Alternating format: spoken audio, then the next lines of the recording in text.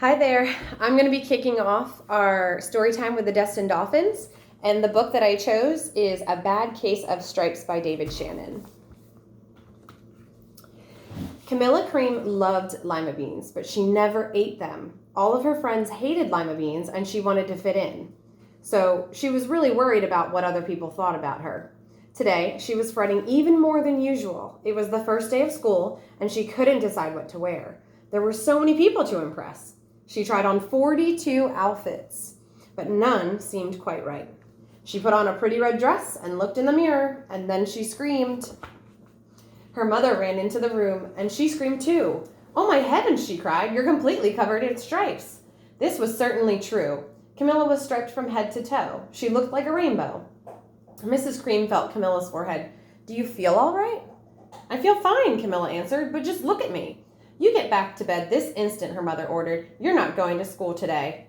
Camilla was relieved. She didn't want to miss the first day of school, but she was afraid of what the other kids would say, and she had no idea what to wear with all those crazy stripes.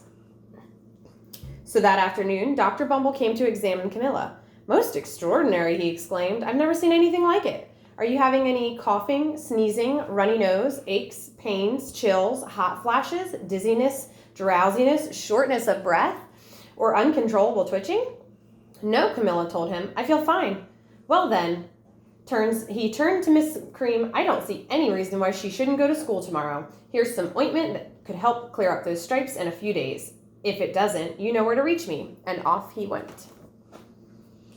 The next day was a disaster. Everyone at school laughed at Camilla. They called her Camilla Crown and Knight of the Living Lollipop. She tried her best to act as if everything were normal, but when the whole class said the Pledge of Allegiance, her stripes turned red, white, and blue, and she broke out in stars. The other kids thought this was great. One yelled out, "Let's see some purple polka dots." Sure enough, Camilla turned all purple polka dotty. Someone else shouted, "Checkerboard," and a pattern of squares covered her skin. Soon, everyone was calling out different shapes and colors, and poor Camilla was changing faster than you can change channels on a TV. That night, Mr. Harms, the school principal, called. "I'm sorry, Mrs. Cream," he said. "I'm going to have to ask you to keep Camilla home from school. She's just too much of a distraction. And I've been getting calls from the other parents. They're afraid those stripes may be contagious." Camilla was so embarrassed. She couldn't believe that 2 days ago everyone liked her. Now, nobody wanted to be in the same room with her. Her father tried to make her feel better. "Is there anything I can get you, sweetheart?" he asked. "No, thank you," sighed Camilla. What she really wanted was a nice plate of lima beans, but she had been laughed at enough for one day. Well, yes, I see," Dr. Bumble mumbled when Mr. Cream phoned the next day. "I think I'd better bring in the specialist. We'll be right over." About an hour later, Dr. Bumble arrived with 4 people in long white coats. He introduced them to the Creams. "This is Dr. Grope, Dr. Sponge, Dr. Cricket, and Dr. Young." Then the specialist went to work on Camilla. They squeezed and jabbed, tapped and tested. It was very uncomfortable. "Well, it's not the mumps," concluded Dr. Gropp, "or the measles. Definitely not chickenpox. Or sunburn. Try these," said the specialist. They each handed her a bottle filled with different colored pills. "Take one of each before bed," said Dr. Gropp. Then they filed out the front door, followed by Dr. Bumble. That night, Camilla took her medicine. It was awful. When she woke up the next morning, she did feel different, but when she got dressed, her clothes didn't fit right. She looked in the mirror, and there, staring back at her, was a giant multicolored pill with her face on it.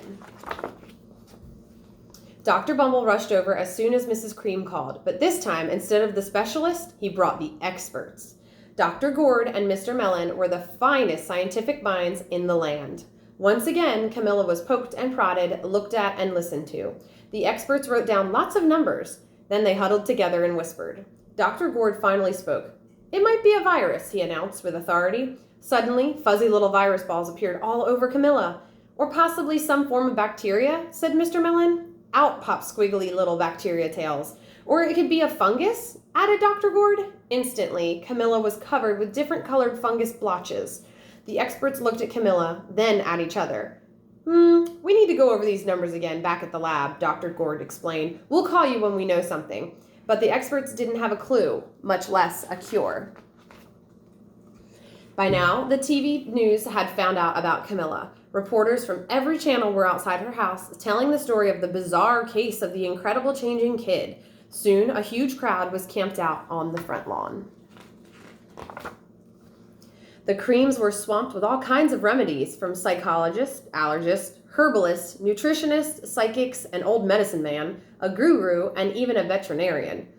Each so-called cure only added to poor Camilla's strange appearance until it was hard to even recognize her. She sprouted roots and berries and crystals and feathers and a long furry tail, but nothing worked. One day, a woman who called herself an environmental therapist claimed she could cure Camilla. "Close your eyes," she said. "Breathe deeply and become one with the room." "I wish you hadn't said that," Camilla groaned. Slowly, she started to melt into the walls of her room. Her bed became her mouth, her nose was her dresser, and 2 paintings were her eyes. The therapist screamed and ran from the house. "What are we going to do?" cried Mrs. Cream. "It just keeps getting worse and worse." And so she began to sob. And at that moment, Mr. Cream heard a quiet little knock at the front door. He opened it, and there stood an old woman who was just as plump and sweet as a strawberry.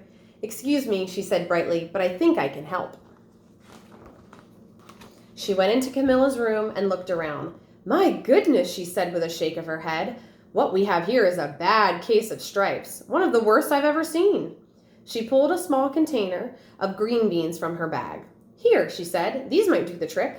"Are those magic beans?" asked Mrs. Cream. "Oh my, no," replied the kind old woman. "There's no such thing. These are just plain old lima beans." "I'll bet you'd like some, wouldn't you?" she asked Camilla. Camilla wanted a big, heaping plate full of lima beans more than just about anything, but she was still afraid to admit it. "Yuck," she said. "No one likes lima beans, especially me." "Oh dear," the old woman said sadly. "I guess I was wrong about you." She put the beans in her bag and started towards the door. Camilla watched the old woman walk away. Those beans would taste so good, and being laughed at for eating them was nothing compared to what she'd been going through. She finally couldn't stand it. "Wait," she cried. "The truth is, I really love lima beans." "I thought so," the old woman said with a smile. She took a handful of beans and popped them into Camilla's mouth. "Mmm," said Camilla. Suddenly, the branches, feathers, and squiggly tails began to disappear. Then the whole room swirled around her. When it stopped, there stood Camilla, and everything was back to normal. "I'm cured," she shouted. "Yes," said the old woman. "I knew the real you was in there somewhere." She patted Camilla on the head. Then she went outside and vanished into the crowd. Afterward, Camilla wasn't quite the same. Some of the kids at the school said she was weird, but she didn't care a bit. She ate all the lima beans she wanted, and she never even had a touch of the stripes again. Thanks for reading with me.